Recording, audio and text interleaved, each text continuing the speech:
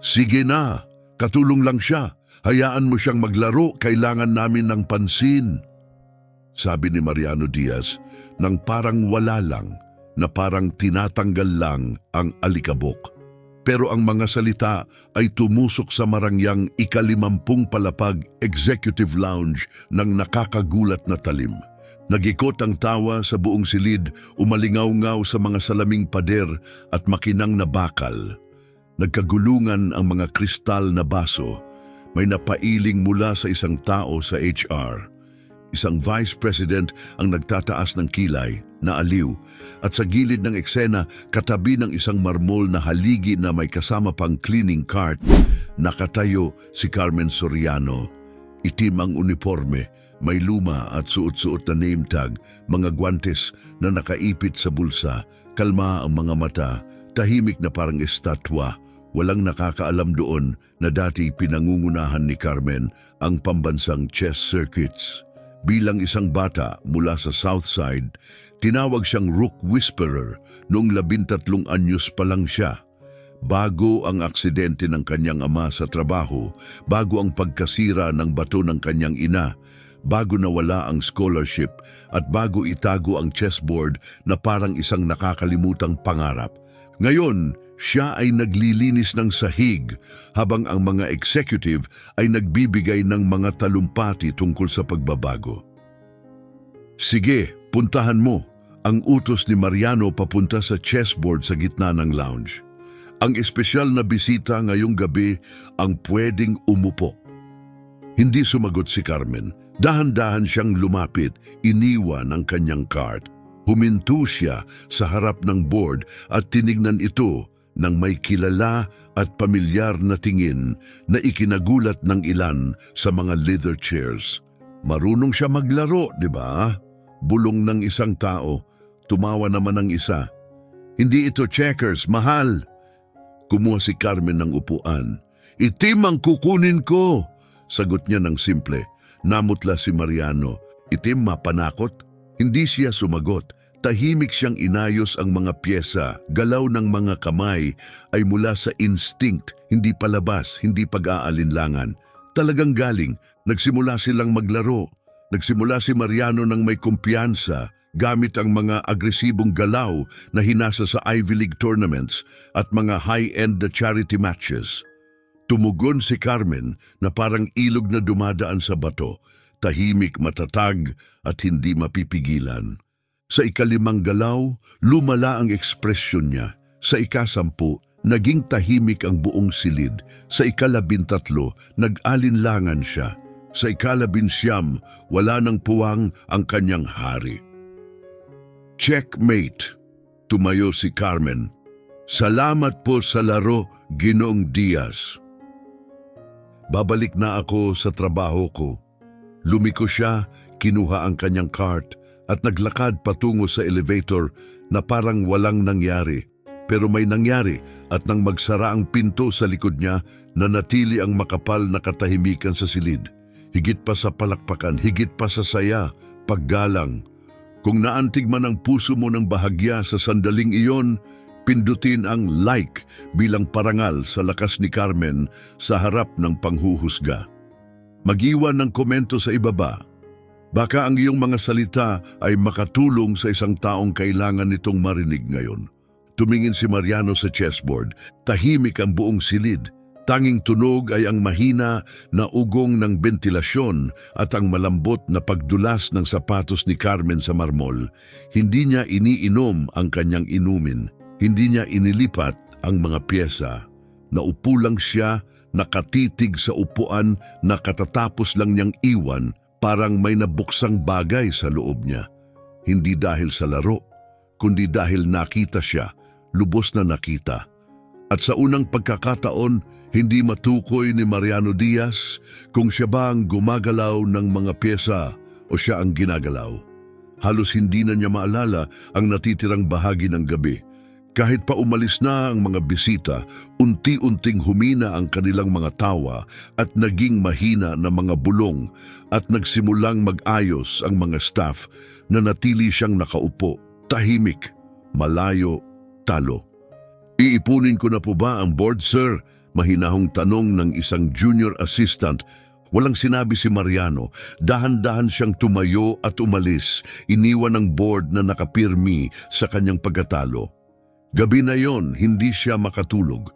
Ang kanyang makinis at modernong penthouse na karaniwang simbolo ng kaayusan at katumpakan ay tila hindi pamilyar, masikip. Lumipas ang mga oras sa kusina, nakasilip ang mga ilaw ng lungsod sa salamin.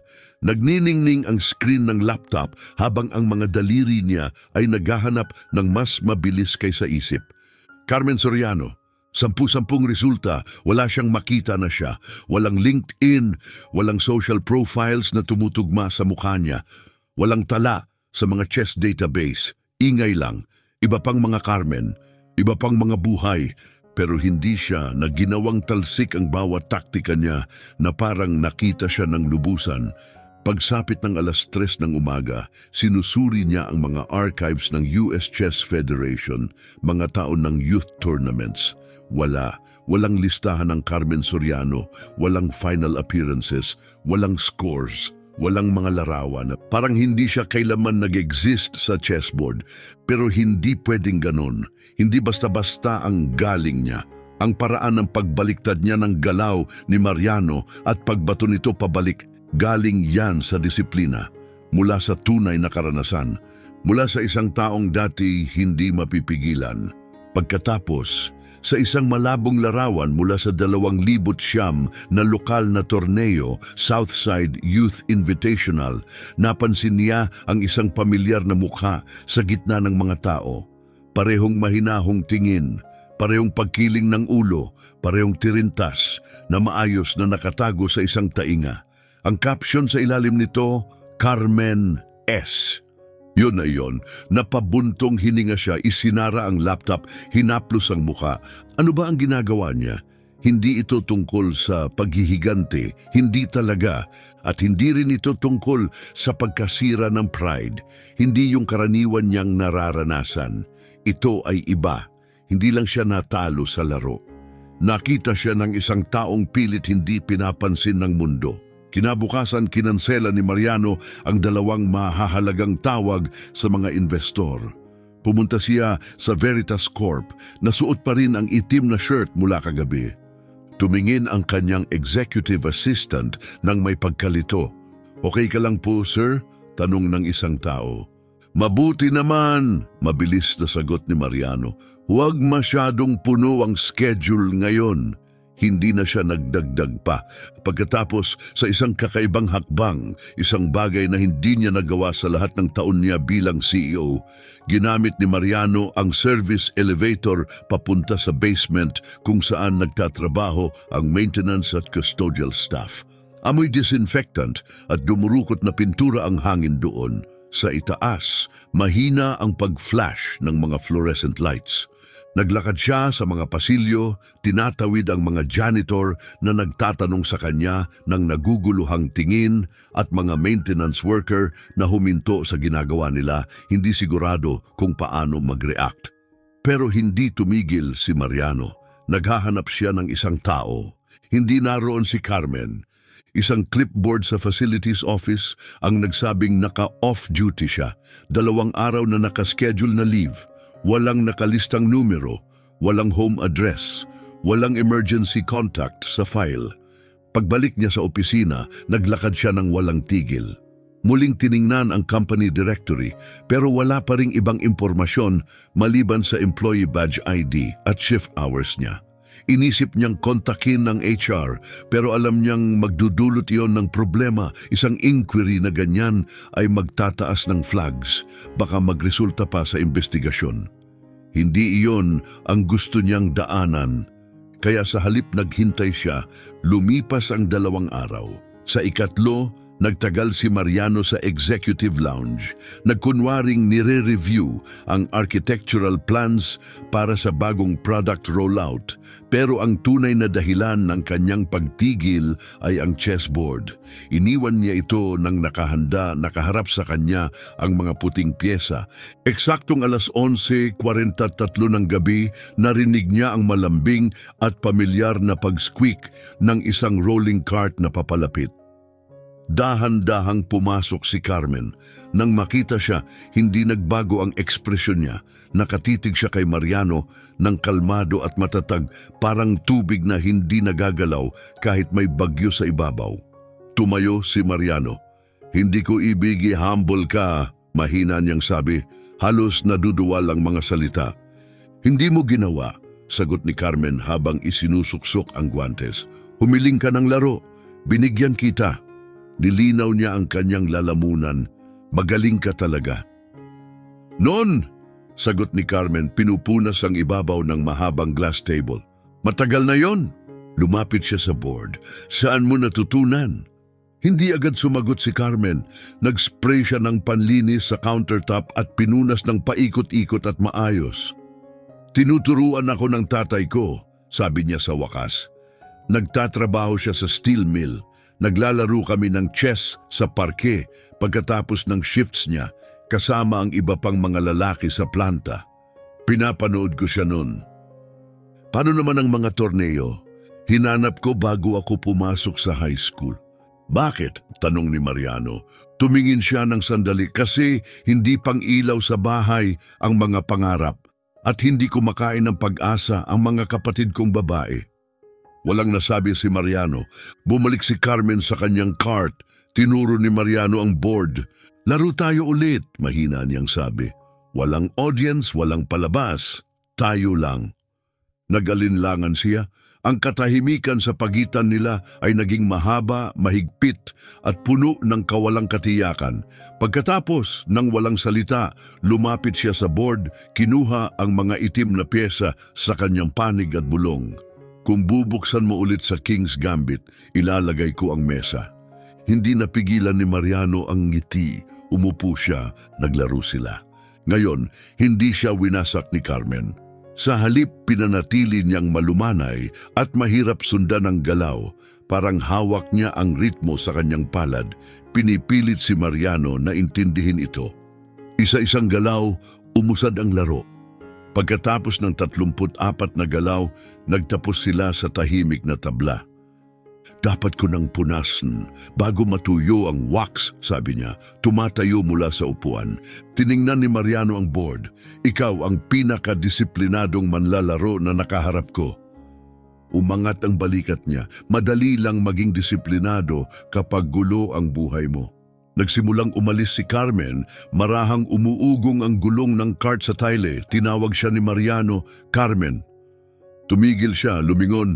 "Gusto kong maglaro ulit." Tumango siya ng isang beses. "Iwan mo lang ang board na nakahanda." At ganun na lang, nawala siya. Ngunit ngayon, hindi na dama ni Mariano ang pagkatalo. Naramdaman niya ang iba, pagkamausisa, pagkapino, marahil pagbabago. Hindi niya sinabi sa kahit sino tungkol sa kanya. Hindi kay Morena, hindi sa mga board members, hindi sa executive assistant niya, hindi kahit sa therapist na nakikita niya 2 beses sa isang buwan. Higit sa lahat ay dahil sa obligasyon. Hindi niya kailangang magsabi, may nagbago sa loob niya. At para sa isang taong buong buhay ay nagtayo ng mga imperyo mula sa mga datos at maayos na pananalita, ang pagbabagong iyon ay labis na nakakagulo. Higit pa sa pagbagsak ng stock value o iskandalo sa PR. Sa susunod na 2 linggo, patuloy siyang nagtagal sa executive lounge. Hindi lahat ng gabi ay may laro. Sa ilang gabi, tumango lang si Carmen sa kanya at nagpatuloy sa kanyang trabaho. Tahimik siyang umupo, nagpapanggap na nire-review ang project specs o umiinom ng bourbon nang hindi nagsasalita. Hindi rin siya nagsasalita, pero hindi rin siya agad umalis. Nakahanap sila ng kakaibang ritmo, di sinasabi, marupok, halos parang ritual. Isang lugar na pinagbahagian ng 2 tao sa magkaibang dulo ng corporate ladder, na pinag-ugnay hindi ng kapangyarihan kundi ng katahimikan. At kapag naglaro sila, may nangyayari na kahanga-hanga. Hindi ito romantiko. Mas matalim pa dito, para itong 2 isip na natutong i-navigate ang arkitektura ng isa't isa sa pamamagitan ng kalkulasyon, sakripisyo at pagtitiis. Hindi flashy ang mga galaw niya, eksakto, walang awa kapag kailangan, maganda kapag hindi kailangang maging malupit. Sa isa sa mga laban, nang amoy polish ang hangin at ang tanging tunog ay ang pag-click ng mga kahoy na piyesa sa board, tinanong ni Mariano ang tanong na matagal na niyang tinatago. Bakit ka pa dito? Huminto si Carmen sa gitna ng galaw, may hawak na knife. Ibig mong sabihin sa trabahong ito? Opo. Maingat niyang inilapag ang pyesa kasi nababayaran ng renta, kasi mas ligtas ang matatag na lupa kaysa paulit-ulit na pagbagsak. Pero pwede ka namang nasa ibang lugar, magturo, makipagkompetensya. Tumingin siya pataas, tumitig sa mga mata niya. Hindi lahat ay binibigyan ng pangalawang pagkakataon na inihahain sa mga basong kristal sa loob ng mga kwarto ng boardroom na may kahoy na mahogany, Ginoong Diaz. Tahimik si Mariano. Pagkatapos ng gabing yon, matapos umalis si Carmen at maibalik niya ang mga pyesa sa dati nilang ayos, naupo si Mariano ng tahimik, nakatitig sa bakanting upuan sa tapat niya. Isang bahagi niya ang nais tumulong, hindi dahil sa awa o pagkakasala, kundi mula sa isang lugar na bihira niyang mapuntahan, respeto, malalim na paghanga at marahil isang tahimik na utang na loob sa kanya. Ngunit alam din niyang huwag itong gawing madalian. Hindi tatanggap si Carmen ng kahit ano hanggat hindi niya ito pinagpapaguran. 3 araw ang lumipas, gumawa si Mariano ng hindi inaasahan. Maagang umalis siya sa opisina, 4:30 ng hapon eksakto, at nagmaneho ng sarili niya. Walang chuper, walang appointment. Diretso siya pumunta sa South Side ng Chicago. Ito ay isang lugar na dati nang ipinangakong itataas ng Veritas Corp sa pamamagitan ng isang community center na hindi natuloy. Basag-basag ang mga kalsada, kumukurap at namamatay ng maaga ang mga streetlight, at ang lumang recreation center malapit sa 53 ika-4 ay parabang hindi nalapatan ng bagong pintura sa loob ng isang dekada. Ngunit pagpasok niya sa gasgasan at gasuklay na pintuan ng salamin, narinig niya ang mahinang pag-scrape ng plastic na piyesa ng chess na gumagalaw sa mga pangit na board. Sa isang sulok, malapit sa nakasadsad na bookshelf, nakita niya siya. Kumuknili si Carmen sa tabi ng isang nanginginig na mesa. Nagtuturo sa isang grupo ng mga batang hindi hihigit sa 7 taong gulang. Isang batang lalaki na may ngiting may puwang, ang mga ngipin ay nakatingin sa kanya na para bang nagtuturo siya ng mahika. Hindi pa siya napapansin ni Carmen na natili si Mariano sa lugar niya, nakasandal sa isang baluktot na support beam, nanonood lang.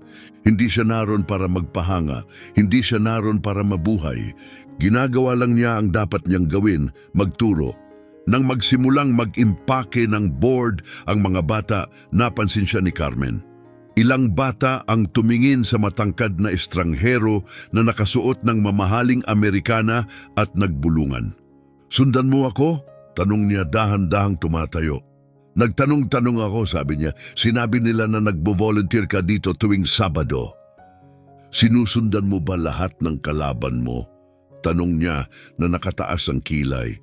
"Yung mga nagpapaisip sa akin tungkol sa lahat ng alam ko sa strategy." Hindi siya tumawa. "Bakit nandito ka?"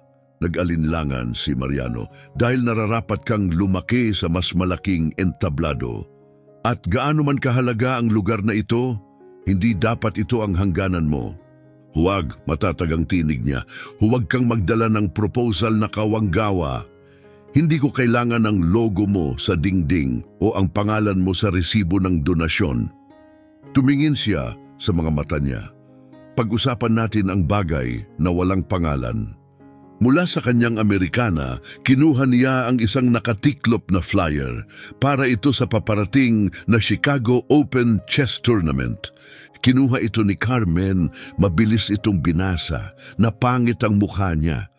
"Hindi ako makikipagkompetensya." "Dapat. Ika-30 na ako," sabi niya. "Nagtatrabaho ako ng graveyard shifts. Hindi na ako nag-train ng matagal na panahon." Nagtitrain ka sa tuwing naglalaro tayo, tugon niya. So, kasama ka? Umiling siya. Hindi iyon pareho. Bumaba ang boses ni Mariano. Paano kung sabihin kong nakapagparehistro na ako para sa ating dalawa? Mga initials lang. Walang pangalan ng kumpanya. Walang ilaw ng entablado. Tinitigan siya ni Carmen. Pinirmahan mo ako? Opo, hindi ko kailangan ng sponsor. Hindi kita sponsor. Natututo ako mula sa'yo. Kung ayaw mo, aalis din ako. Pero huwag mong gawing hindi ka interesado. Tahimik siyang tumayo ng sandali, hawak ang flyer, pinipisil ang tiklop. Sa wakas, sinabi niya, pag-iisipan ko, pero kung magtitrain tayo, pareho lang ang paraan. Walang dagdag na tulong, walang marangyang benepisyo. Nagsusugal ako kung saan ka nagsusugal. Tumigil siya, pagkatapos ay dagdag, at kung manalo ako, itigil mo na ang pagtingin sa akin na parang puzzle na sinusubukan mong lutasin. Tumango siya, at kung ako ang manalo, tinupi ni Carmen ang flyer at inilagay sa bulsa.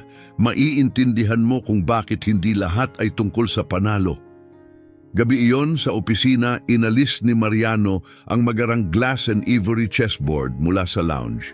Pinalitan niya ito ng isang gamit na lumang travel set, yung mga ginagamit sa school gyms at community centers. In-order niya ito mula sa supplier na ginagamit ng mga non-profit. Pagdating ni Carmen bago maghating gabi, napahinto siya sa nakitang iyon. Wala na bang marangyang set? Tanong niya. Umangat si Mariano ng balikat. Inisip kong maglaro na ako sa estilo mo. Tumingin siya sa board, saka kay Mariano. Nang walang salita, umupo siya.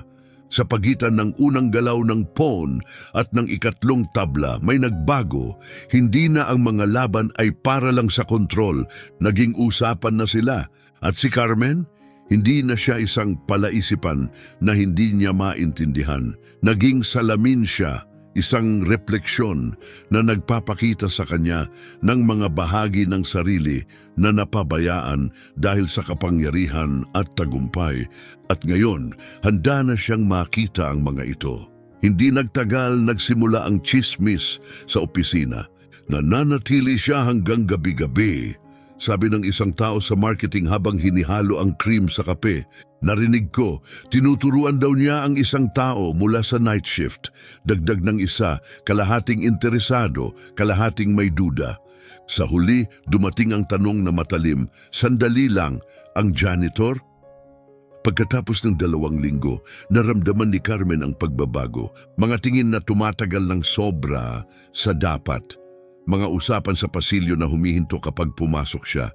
Mga elevator na nanahimik kapag pumasok siya. Sa una, sinubukan niyang huwag pansinin.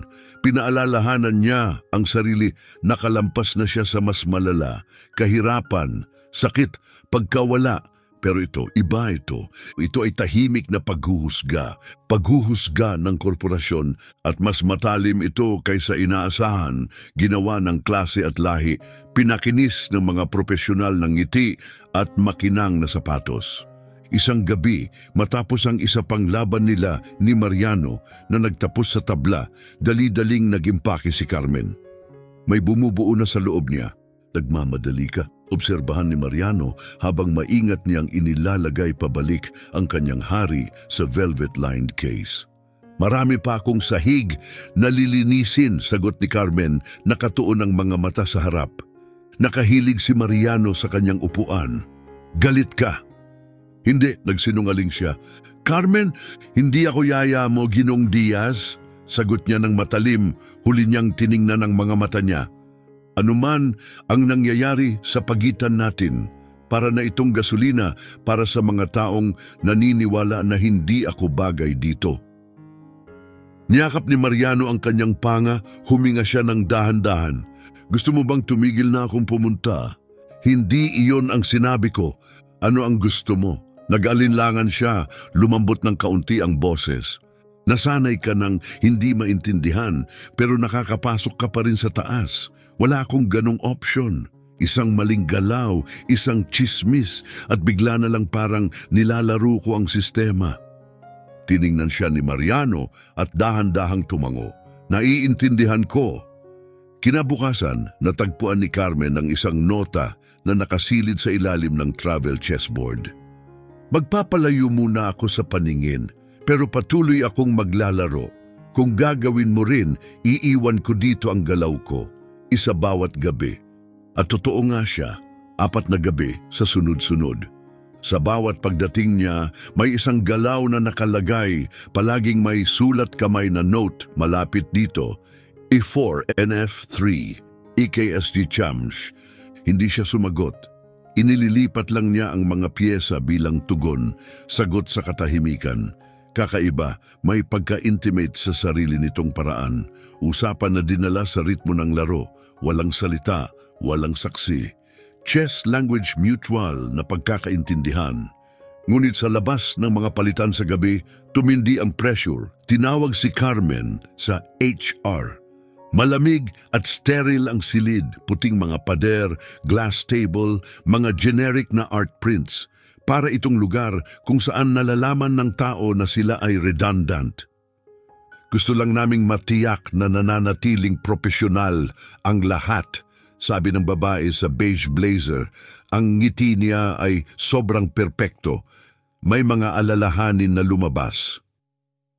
Naglilinis ako ng sahig, sagot ni Carmen ng kalmado. At minsan, naglalaro ako ng chess pagkatapos ng oras. Walang pera, walang kontrata, laro lang. Tumango ang babae, pero maiintindihan mo kung paano ito maaaring magmukhang kakaiba. Hindi nagbago ang tono ni Carmen.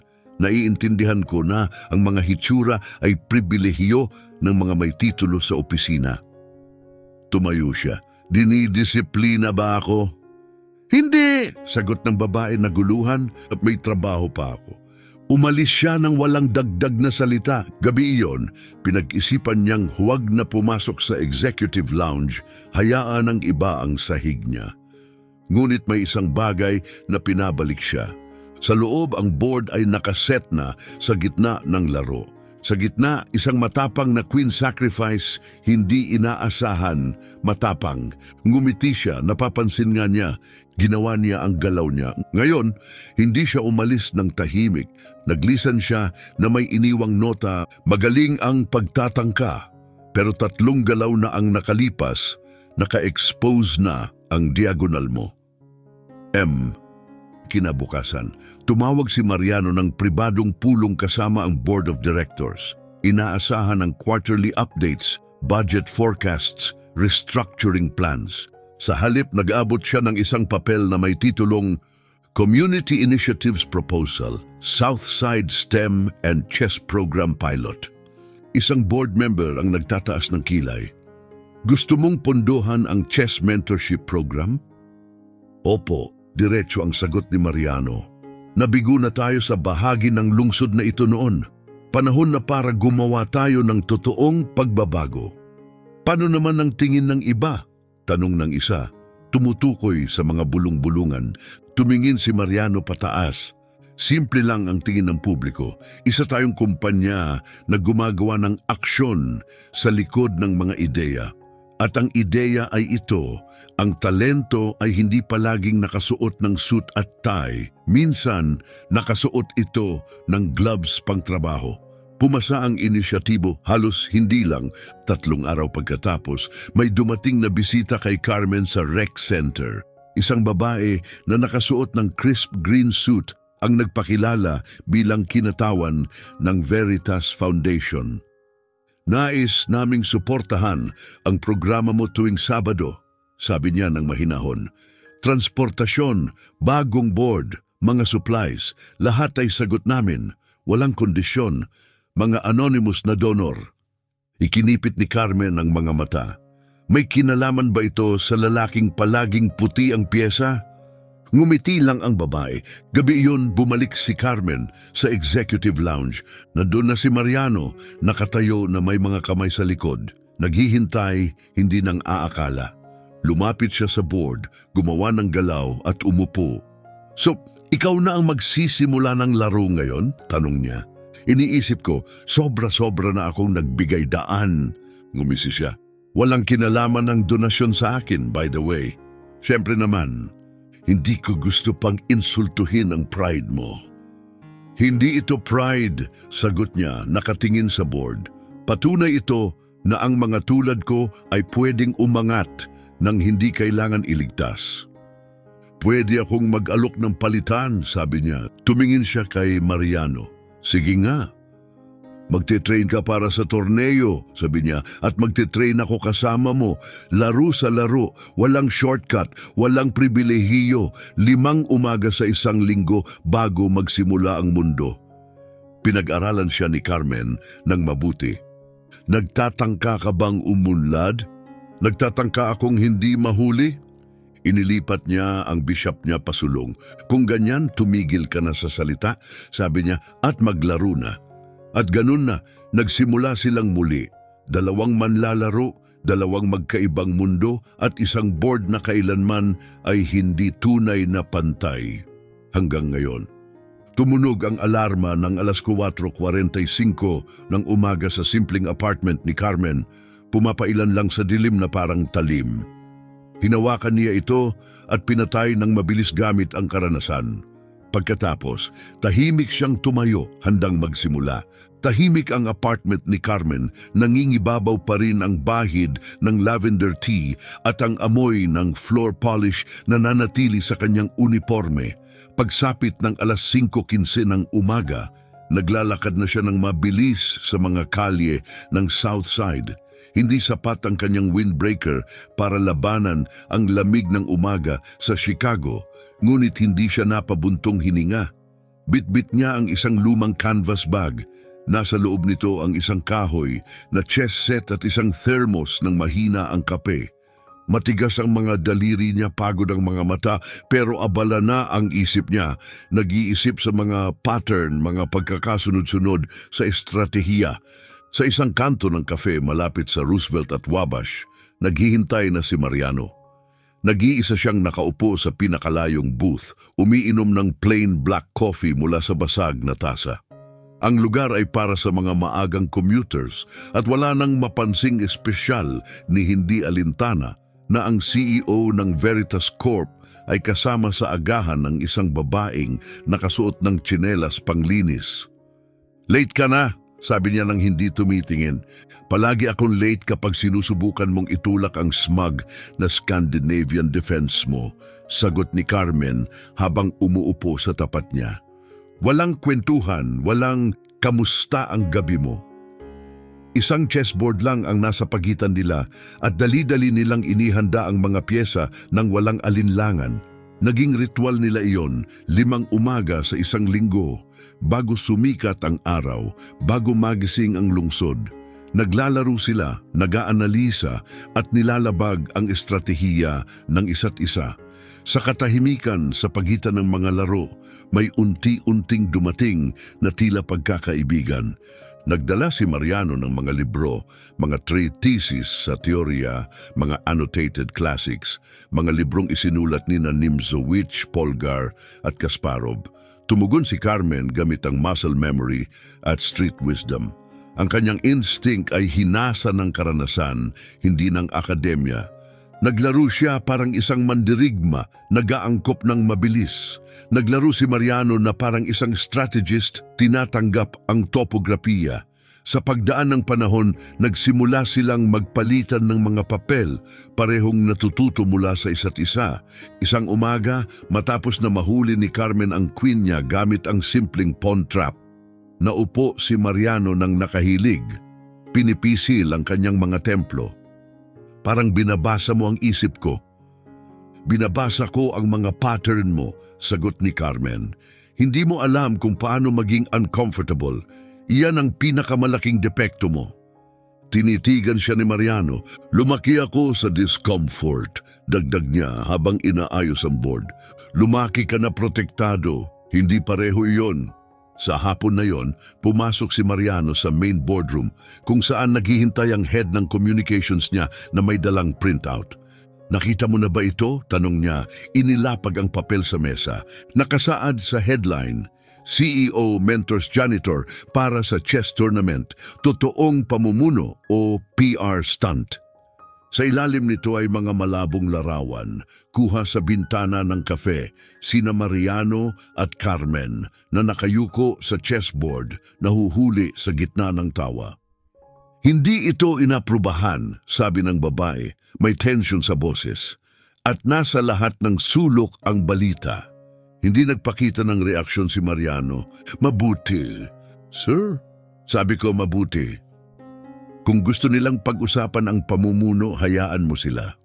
Kung gusto nilang siyasatin ang pribilehiyo, klase, kapangyarihan, hayaan mo. Napanganga ang babae, pero pwedeng mag-backfire ito.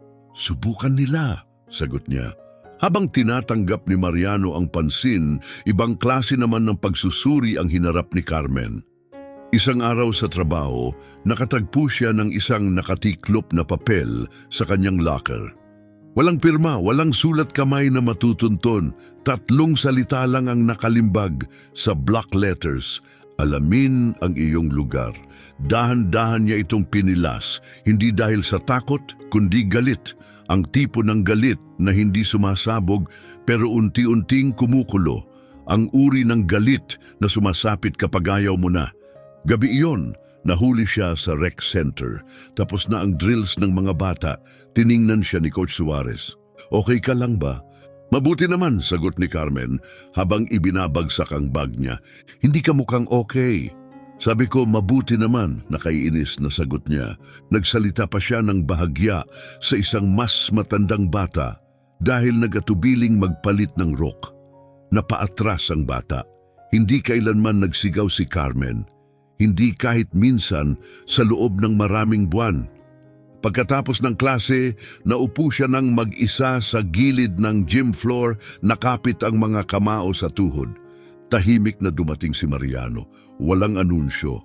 Nakatayo siya sa tabi ng bleachers, pinapanood ang kumukuti-kutitap na ilaw na dumadampi sa gasgas na hardwood. Hindi ka dumating kanina, sabi niya sa wakas. Alam ko, naghintay ako ng 1 oras. Alam ko, lumapit siya, makipag-usap ka sa akin. Tumingin siya pataas, mga mata na pulang-pula sa pagod at apoy. Hindi mo pwedeng hilingin sa akin na magsalita kung pumapasok ka sa isang silid at pinapakinggan ka ng lahat kahit hindi ka nagsasalita. Napikit si Mariano. Nakatanggap ako ng nota. Ano ang sinabi? Wala nang saysay. May saysay kung ganito ka nandito. Tumayo siya, tumataas ang boses. Hinatulan ng mga tao ang hindi nila makontrol. Nasasanay ka ng hangaan. Nasasanay ako na maging invisible. Pero ngayon, kita na ako sa pinakamasamang paraan. Hindi ako nire-respeto. Pinagmamasdan ako. Hindi sumagot si Mariano. Hindi ako magiging kwento ng iyong tagumpay, patuloy niya. Hindi ang iyong feel-good article. Hindi ang viral breakthrough moment mo. Hindi ka ganun. Malumanay ang sabi niya. Bakit parang bawat galaw ko ay nasa ilalim ng anino mo? Napalambot ang mukha niya. Kung ganyan, lumabas ka sa anino! Tiningnan siya ni Carmen ng may pagkagulat. Akala mo tungkol sa iyo ito, Carmen? Lumalago ako dahil sa iyo, hindi dahil sa iyo. Hindi ka footnote. Ako ang footnote. Bumaba ang balikat niya ng bahagya. Bumaba ang init ng titig niya, pero hindi nawala. Matapos ang mahabang katahimikan, sinabi niya, 3 na lang ang linggo bago ang torneo. Kailangan ko ng espasyo. Kailangan ko ng focus. Tumango si Mariano. Kita tayo sa board. Wala ng kafe, wala ng litrato, wala ng usap-usapan. Binitbit ni Carmen ang kanyang bag sa balikat at nagsimulang pumunta sa labasan. Bago niya itulak ang pinto, huminto siya at lumingon. Kung manalo ako, sabi niya, gusto kong palakpakan mo ako na parang hindi mo ako kilala. Ngumiti si Mariano.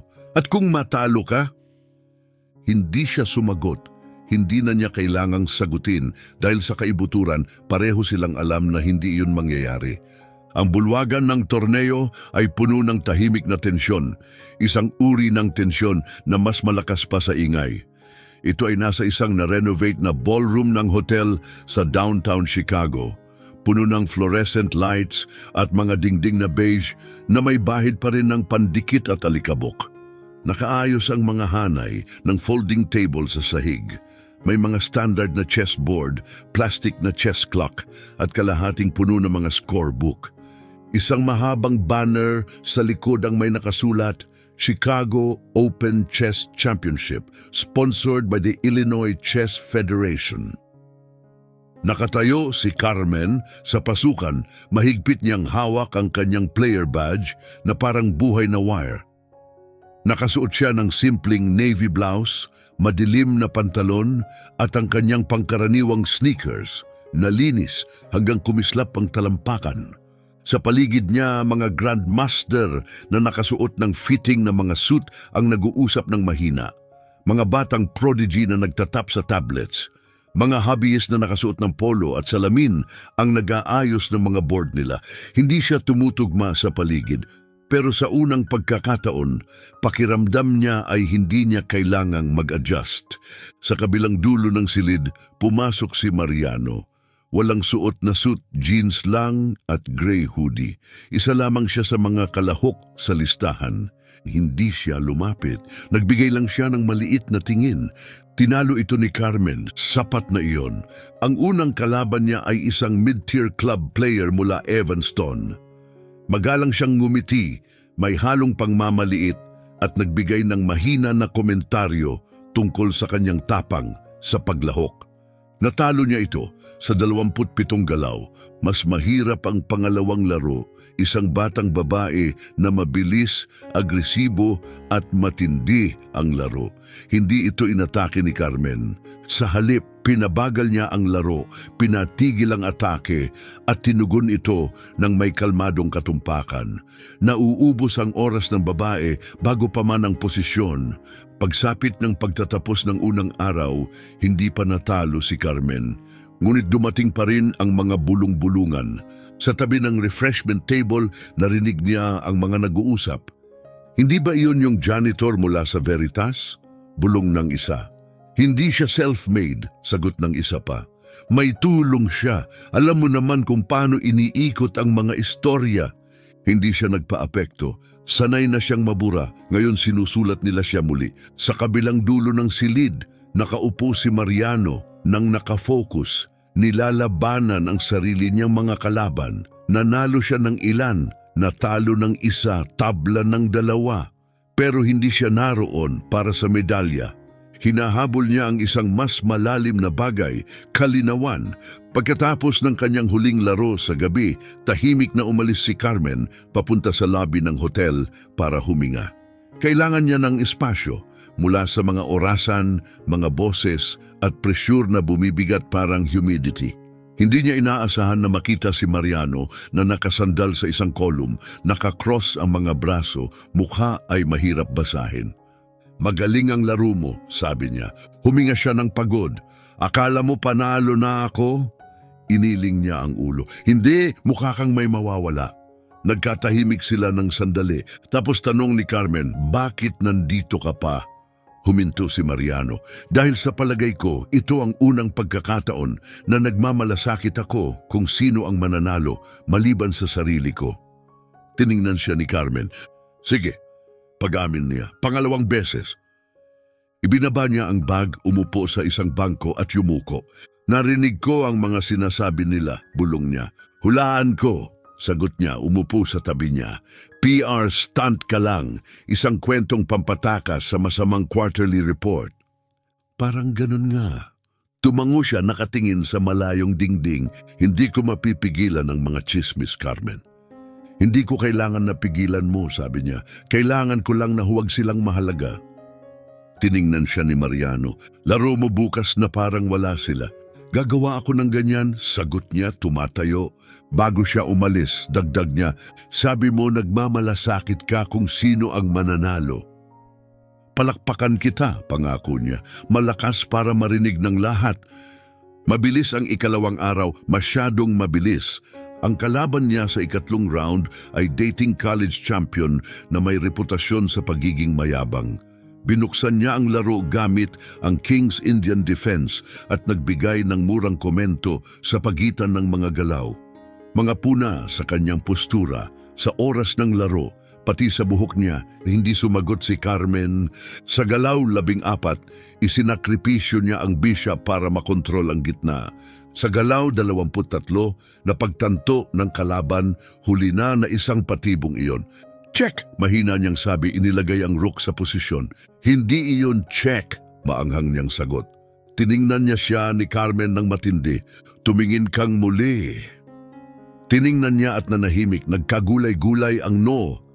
Pagkatapos ng sandaling pag-aalinlangan, checkmate. Pinirmahan niya ang score sheet. Hindi niya inalok ang kamay niya. Sa labas ng bulwagan ng gabi iyon, inilathala ng torneo ang mga pangalan ng semifinalists. Kasama si Mariano, halos hindi lang. At pati si Carmen nasa pinakatuktok. Magkatabi ang kanilang mga board sa semifinal round habang tinitingnan ni Carmen ang listahan ng mga semifinalists. May dumaan sa kanya na sumambit ng bahagya, ngunit matalim na parang isang tabak. Kung manalo siya dahil may pumayag lang, lumiko siya patungo sa pinanggalingan ng tinig, ngunit walang tumigil para akuin iyon. Gabi iyon, hindi siya makatulog. Nakahiga siyang hindi gumagalaw sa kama ng hotel. Nakatitig sa kisame, hindi sigurado kung hinahabol ba niya ang tagumpay o tumatakas lang mula sa bigat ng pakiramdam na hindi siya sapat. Pagpasok niya sa bulwagan ng torneo kinabukasan, lahat ay tila mas matalim, mas malakas. Palibot ay pinalilibutan ng mga reporter. Nagkikislapan ang mga kamera. Nag-aalimpuyong tensyon ang hangin ng pagwawakas. Naupo na si Mariano sa board 3, naghahanda ng harapin ng isang Latvian master na kilala sa malamig niyang endgames. Katabi niya sa board 4 ay si Carmen. Sa tapat niya ay nakaupo ang isang lalaki na bahagyang nakilala niya, matangkad, maputla, nakasut na sobrang sikip na halos hindi kumikilos. Para siyang hedge fund kaysa sa chess club. Ang ngiti niya ay puno ng kalkulasyon. Iniabot niya ang kamay. Handa ka na, Miss Soriano? Hinawakan ni Carmen ang kamay niya. Matagal na akong handa. Nagsimula na ang orasan. Gumalaw si Carmen ng unang pyesa. Hindi para patunayan ng anuman. Hindi para patahimikin ang sinuman. Naglaro siya para lang huminga. Agad siyang nagsakripisyo. Iniimbita ang kalaban sa espasyong akala niya ay kanya na. Pagkatapos, umatake siya ng may katumpakan, nagdepensa ng may ritmo. Bawat galaw ay bumukas na parang isang melodiya na siya lamang ang nakaririnig. Sa galaw na 43, natumba ang hari ng kalaban. Nagkumahog ang bulwagan sa mga bulong. Sa gilid ng kanyang paningin, nakita niyang natalo si Mariano sa laban. Ngunit nang tumingin siya kay Carmen, ngumiti siya ng malapad. Isang ngiti ng saya, hindi pagkatalo. Pumalakpak siya, 1 beses, 2 beses. Mas malakas pa, hanggang sundan ng buong bulwagan. Napalibutan siya ng mga reporter. Inabot sa kanya ang isang kristal na plake ng mga opisyal. Wala sa mga iyon ang mahalaga. Tiningnan niya si Mariano. Bumulong siya parang estranghero. At sa unang pagkakataon sa maraming taon, hindi na niya naramdaman na isa lang siyang pyesa sa board ng iba. Naramdaman niyang siya ang nagsimula ng laro. Ang salu-salo pagkatapos ay masyadong mainit, masyadong maliwanag, masyadong puno ng mga taong biglang naalala ang kanyang pangalan. Nakatayo si Carmen sa gilid ng ballroom, nakapilipit ang mga daliri sa isang baso ng ginger ale na hindi niya natikman. Nakalapag sa malapit na mesa ang tropeyo ng kampyonato, napapaligiran ng mga imported na keso, piling prutas at mga corporate na tao na gumagamit ng mga salitang inspirasyon at representasyon na parang bantas lamang. Nasa malapit si Mariano na paliligiran ng mga leader ng foundation at mga executive na sinusubukang itali ang tagumpay niya sa reputasyon ni Mariano. Tumango siya sa mga papuri, ngunit ang mga mata niya ay hinanap ang tao. Siya, tahimik, nakatitig sa sarili niyang pangalan na nakaukit sa kristal na para bang mawawala kapag kumurap siya. Dahan-dahan siyang nilapitan. Okay ka lang? Tanong niya. Hinding-hindi pa ako nakapasok sa isang silid na ganito karaming lobster at peking mga ngiti. Napangiti siya. Nanalo ka, Carmen, binago mo ang board. Huminga siya. Bakit parang isa lang akong mas pinakinis na pawn? Bago makasagot si Mariano, lumapit ang gobernador ng Illinois, nakangiti ng may kampanyang kaseryosohan. Miss Soriano, sabi niya ng mainit, ang iyong paglalakbay ay nagbigay inspirasyon sa buong estado. Nais naming makipag-ugnayan para sa isang educational partnership. Siguro isang statewide school tour? Tiningnan niya ito ng walang ekspresyon. Gusto mo akong ipasakay sa bus at ipasagot sa mga klase kung paano ako napanalunan ng swerte? Kumikindat ang gobernador. Hindi ko tatawaging swerte, natatangi ka. Palagi akong natatangi, sagot niya ng mahina. Hindi mo lang napansin hanggang sa ito ay naging magandang headline. Nilinaw ng gobernador ang lalamunan at umalis. Pumasok si Mariano. Hindi mo na kailangang isunog ang tao. Hindi ko siya sinunog, sabi niya.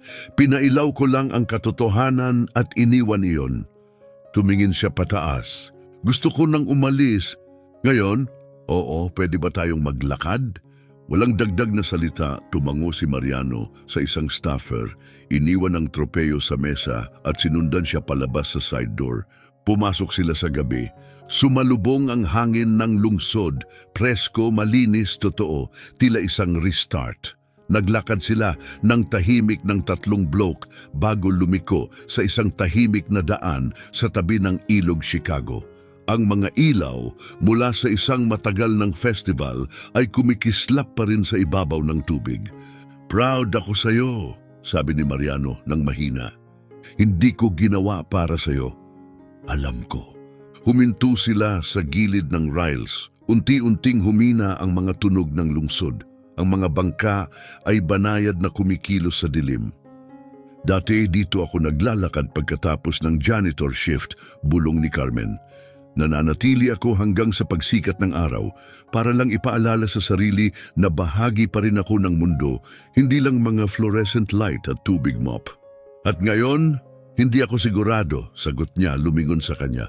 Naranasan mo na bang manalo pero pakiramdam mo nagbibigay lang yon ng pahintulot sa mga tao na tumigil na muling makinig? Nag-isip siya. Sa tingin mo ba nakikinig sila ngayon? Hindi, sagot niya. Sa tingin ko pinagmamasdan lang nila at hindi iyon pareho. Nakangiti siya sa gilid ng rails. Gawin mo silang makinig. Gawin mo ang isang bagay na hindi nila pwedeng balewalain. Inilapit niya ang Amerikana niya. Anong gagawin ko? Mag-YouTube channel? Sumulat ng memoir? Carmen Soriano, mula MOPS hanggang Mastery? Nais kong magtatag ka ng Youth Chess Initiative, sabi ni Mariano. Full-time, may upuan sa board, may tunay na sahod, kumpleto sa benepisyo. Ang sarili mong koponan, malumanay na sabi ni Mariano. Numiksi si Carmen. Ha? Ano? Hindi mula sa Veritas, mabilis niyang dagdag. Mula sa non-profit, yung na-inspire mo. At ikaw ang huhubog nito, dagdag niya. Hindi ako. Kumikitid ang mga mata ni Carmen. Isa pa bang paborito? Hindi, sagot niya habang umuuga. Bayad ito. Para sa bawat laban na natalo mo ako na nagbago ng pag-iisip ko. Para sa bawat batang nakakita sa iyo at na-realize na hindi nila kailangang mawala para lang mabuhay. Lumihis ang tingin ni Carmen, hinihinga ng malalim sa lamig. Naniniwala ka ba talaga dyan? Naniniwala akong hindi ka patapos at ayokong maging dahilan na babalik ka sa anino. Hindi siya sumagot agad. Nakatali ang mga kamay niya sa riles, maputla ang mga kuko sa lamig, ngunit sa wakas, tumango siya. Sige, sabi niya, pero isang kondisyon lang. Sabihin mo, walang press, walang kamera, walang endorsement tours, trabaho lang. Inabot ni Mariano ang kamay niya. Sang-ayon! Kinuha niya ito, nakatayo silang ganun, tahimik, tapos mahina ang boses ni Carmen. Alam mo, hindi ko nilaro yung huling laro para sa karangalan. Alam ko, sagot niya, nilaro ko para isang babae tulad ko, hindi kailangang maglingkod sa likod ng ballroom habang may ibang tumatanggap ng tropeyong para sa kanya. Tumango si Mariano. Hindi ka lang nanalo, Carmen. Binago mo kung paano nilalaro ang laro. Napatingin siya sa gilid, may bahagyang ngiti. Huwag ka nang maging makata ngayon. Naglakad silang muli. Ang lungsod ay umaawit sa paligid nila, buhay at walang pakialam. Paglapit nila sa dulo ng Riverwalk, tanong ni Carmen, "Ano na ngayon?" Tiningnan siya ni Mariano. "Ngayon magtuturo ka." "At ikaw?" Natututo. Napailing si Carmen, bigla ang tawa, tapos ngumiti. "Mahina ka pa rin sa closed positions, by the way." Gumiti siya. Di kailangan ko pa ng practice." Gabi iyon, umuwi si Carmen ng walang tropeyo. Hindi niya kailangan iyon. Salamin lang iyon na pinakintab. Ngunit ang tunog ng palakpakan, tunay na palakpakan mula sa mga estrangherong hindi pinilit na pumalakpak kundi kusang loob ay nanatili sa kanyang dibdib kahit na nakasara na ang pintuan sa harapan. Sa sala niya, nilapitan niya ang mesa kung saan dati nakalatag ang chessboard. Kinuha niya mula sa bulsa ng Amerikana ang isang pawn at inilagay sa gitna nito. Tiningnan niya ito, hindi bilang maliit o panggamit lamang, hindi bilang alipin, hindi bilang sakripisyo, kundi bilang unang galaw simula ng isang mas dakilang bagay. Sa labas, patuloy ang lungsod, walang pakialam, hindi interesado pero buhay. Gaya niya, bukas magsisimula ang tunay na laro. Ang gym ay may bahid ng wood polish at floor wax, pinainit ng tawa ng mga batang maagang dumating para sa klase. 8:00 ng umaga pa lang ng Sabado, ngunit ang mga folding tables ay nakaayos na ng maayos. Bawat isa ay may donasyong chess set, plastik na mga pyesa, gas-gas na mga gilid at magkakaibang board. Mula sa isang speaker sa sulok, malambing na jazz ang dumadaloy sa lugar. Ang sikat ng araw ay dumadaloy sa mataas na mga bintana, naglalaro ng gintong mga parisukat sa sahig na parang mga higanting chessboard ng liwanag. Nakatayo si Carmen sa gitna, may hawak na clipboard, mga mata ay sinusuri ang setup na parang isang komander na naghahanda ng kanyang mga tropa. Ang kanyang mga sundalo, gayunpaman, ay mga batang hindi mapakali. Kadalasan ay wala pang 12, naglalaro sa mga metal na upuan na masyadong malaki para sa kanila. "Sige, lahat," tawag niya malinaw pero mabait ang tinig. "Pawns sa gitna.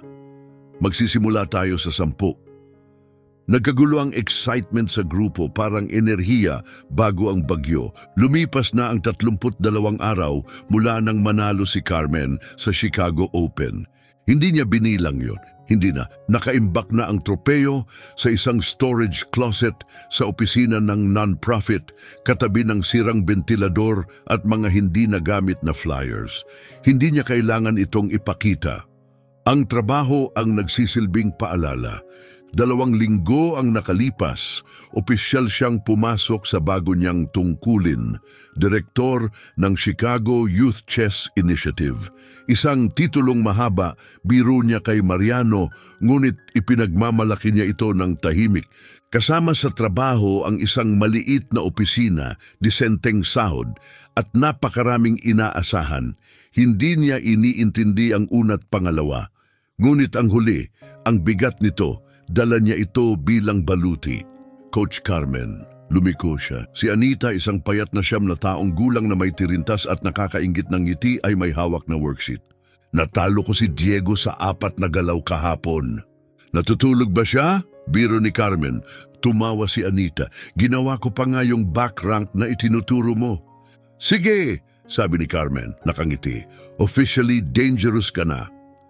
Habang lumilingon siya pabalik sa kwarto, nakita niya ang pamilyar na tao na nakasandal sa dingding malapit sa pintuan. Si Mariano. Mga kamay sa bulsa, tahimik, nakamasid, hindi siya pumapasok kapag nagtuturo. Iginagalang niya ang espasyo. Ngunit dinadala niya ang mahalaga, mga bagong libro, donasyong mga board, merienda para sa mga bata, lahat ng walang ingay. Simpleng suporta, simpleng presensya, at habang nag-aayos ng mga pyesa ang mga bata, naglalakad si Carmen sa pagitan nila, hindi na lang naglalaro. Ngayon, binubuo na niya ang board. Sanay na ang mga staff sa kanya ngayon, yung matangkad na donor na palaging natatalo kay Coach Carmen. Habang palabas ang mga bata sa pasilyo na puno ng mga backpack at kwentuhan, nilapitan siya ni Carmen malapit sa pinto. Naglilihim na naman, tanong niya, mas gusto ko ang tawag na monitoring strategic deployment.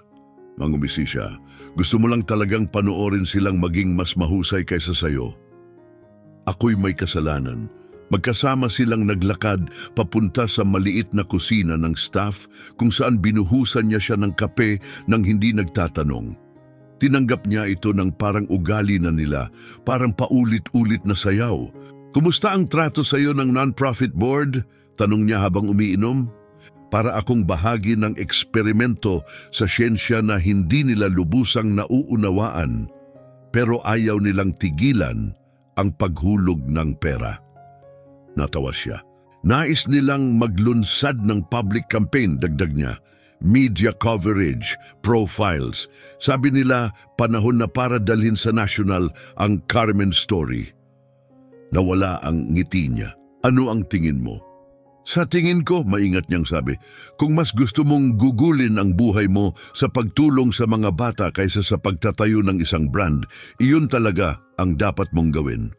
Nakangiti siya ng bahagya, nakatingin sa kanyang kape. Pagod na akong maging simbolo, mahina niyang sabi. Pagod na akong maging taong itinuturo kapag gusto nilang magpanggap na maayos ang mga sistemang pumapalpak sa mga tulad ko. Hindi ka simbolo, Carmen. Ikaw ay katalista, kumikilos ka, at sumusunod ang mundo sa kilos mo. Ang ganda ng metapora, wika niya na may kaunting pagtanggi. Puno ako ng ganyan, siguro hindi ko natupad ang tawag ko, dapat naging makata ako. O kaya pyesa sa chess, biro niya. O talaga? Rook ka, tuwid na linya, walang paligoy-ligoy. Ouch! Natawa siya ng mahina at muling umiinom. Pagkatapos mas malumanay, kumusta ka na talaga? Huminto si Mariano. Iba, sabi niya, siguro mas mabuti, mas tahimik ang boardroom ngayon, mas mabagal ang mga desisyon ko, mas pinag-iisipan. Tiningnan siya ni Carmen, kalahating natuwa, kalahating humanga. Alam mo, yun ay karunungan o pagkasunog sa trabaho. Siguro pareho, ngiti niya. Ipinahiga niya ang tasa, pero seryoso ang ginawa mo dito, hindi lang tungkol sa mga bata. Nagtaas ng kilay si Carmen, nagtayo ka ng paniniwala, estruktura, isang bagay na hihigit pa sa atin lahat. At ginawa mo ito nang hindi ginawang tungkol sa'yo. Umiling siya. Kapag naging tungkol sa akin ito, hindi na ito totoo. Tumango siya, kaya panatilihin nating totoo. Tiningnan niya ang orasan. May meeting ako ng mga magulang sa 10 minuto. Lalayo ako, sabi niya, umatras. Pero bago ako umalis, may isang bagay pa. Tumingala siya. May citywide youth invitational sa susunod na buwan. Malalaking sponsor, malaking exposure. Hiniling nila na mag-nominate ako ng konsyerto para pamunuan ang koponan ng Chicago. Nagtaas ng kilay si Carmen. At inilista ko ang pangalan mo. Kumikitid ang mga mata niya. Hindi mo ako tinanong? Sasabihin mong hindi. Eksakto. Umiling siya. Ngayon pwede ka nang pumayag. Napabuntong hininga siya, ngunit hindi nagreklamo. Habang siya ay lumilingon para umalis, tinawag niya siya. Bakit ka pa rin nagpapakita? Huminto siya sa pintuan, tumingin. Dahil ito, sabi niya, itinuro ang gym, ang pinakamagandang bagay na nagkaroon ako ng pribilehiyong samahan. Pinanood niya siyang umalis, malumanay na sumara ang pinto. Sa loob ng gym, nakita ni Carmen ang isang pawn piece na palagi niyang inilalagay sa demo board.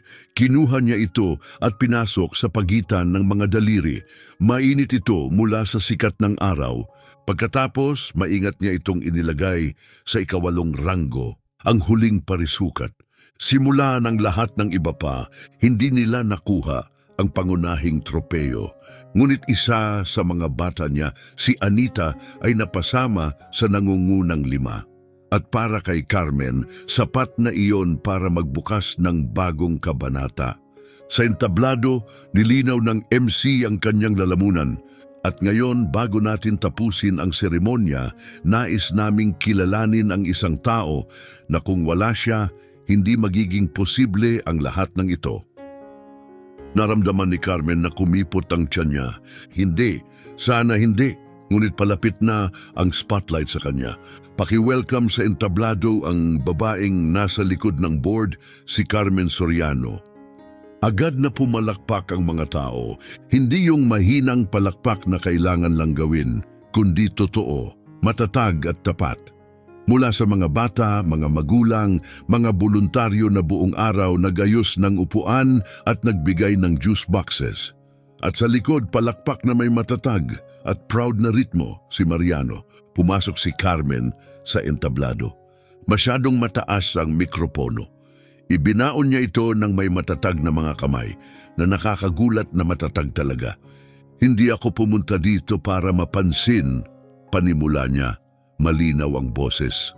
Dumating ako dahil inisip ko, kung matutulungan ko man lang ang isang bata na maniwala na higit siya sa sinasabi ng kanyang paaralan, ng kanyang kapitbahayan o ng kanyang nakaraan, na siya ay sapat na, iyon ay magiging sulit.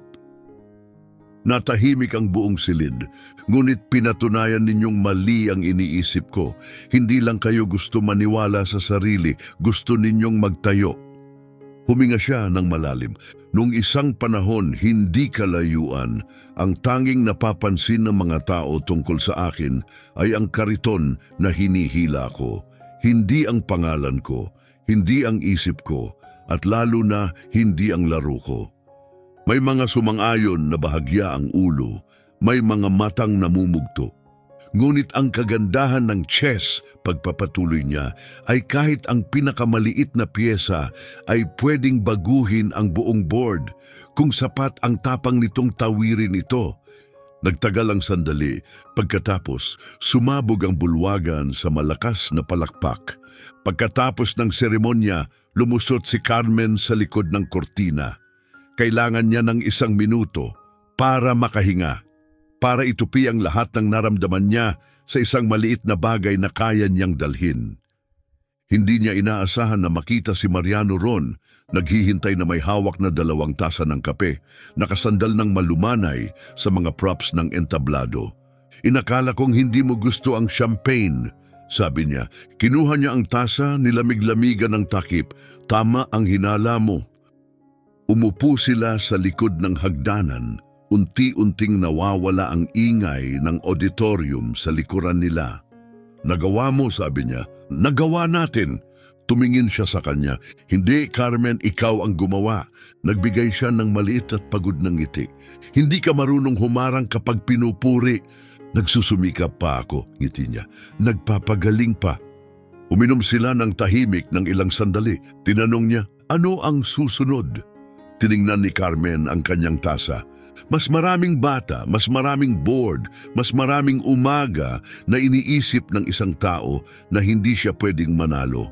Hanggang sa manalo siya.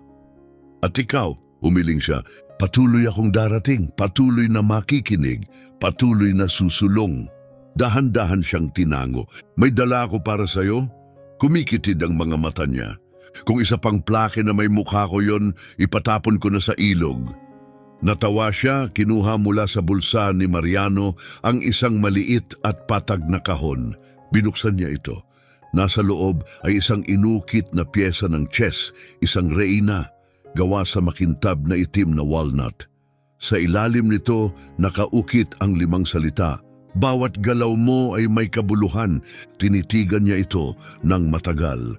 Hindi ako sanay sa mga keepsake, wika niya. Dapat, malumanay na sagot ni Mariano, isa kang taong karapat-dapat tandaan.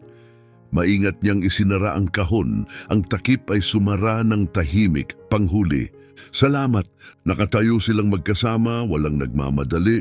Bago sila maghiwalay, tinanong niya, nagsisisi ka ba? Ano? Na naupo ka sa board na yon, tinanggap ang laban noong gabing iyon. Umiling siya. Hindi, Pinagsisihan ko lahat ng araw bago iyon, bawat araw na pinaniwalaan ko ang sarili ko na hindi ko karapat-dapat. Sa labas, unti-unting lumubog ang araw sa likod ng mga bubong. Nagpatuloy ang lungsod, walang parada, walang mga headline, ngunit may nagbago. Hindi sa skyline, hindi sa balita, ngunit sa puso ng mga batang ngayoy naniniwala na may lugar sila sa board, sa laro at sa kwento. At sa puso ng isang babae na sa wakas ay tumigil na sa paglalakad na nakatungo lang sa lupa. Kinabukasan, mag-isa sa kanyang apartment, nilakad ni Carmen ang maliit na mesa sa tabi ng bintana. Inilagay niya ang inukit na queen sa tabi ng pawn na palagi niyang inilalagay doon. 2 pyesa, isa ang nagsimula ng paglalakbay, isa ang naging, at sa pagitan nila ang board, kanya na ngayon. Palaging kanya.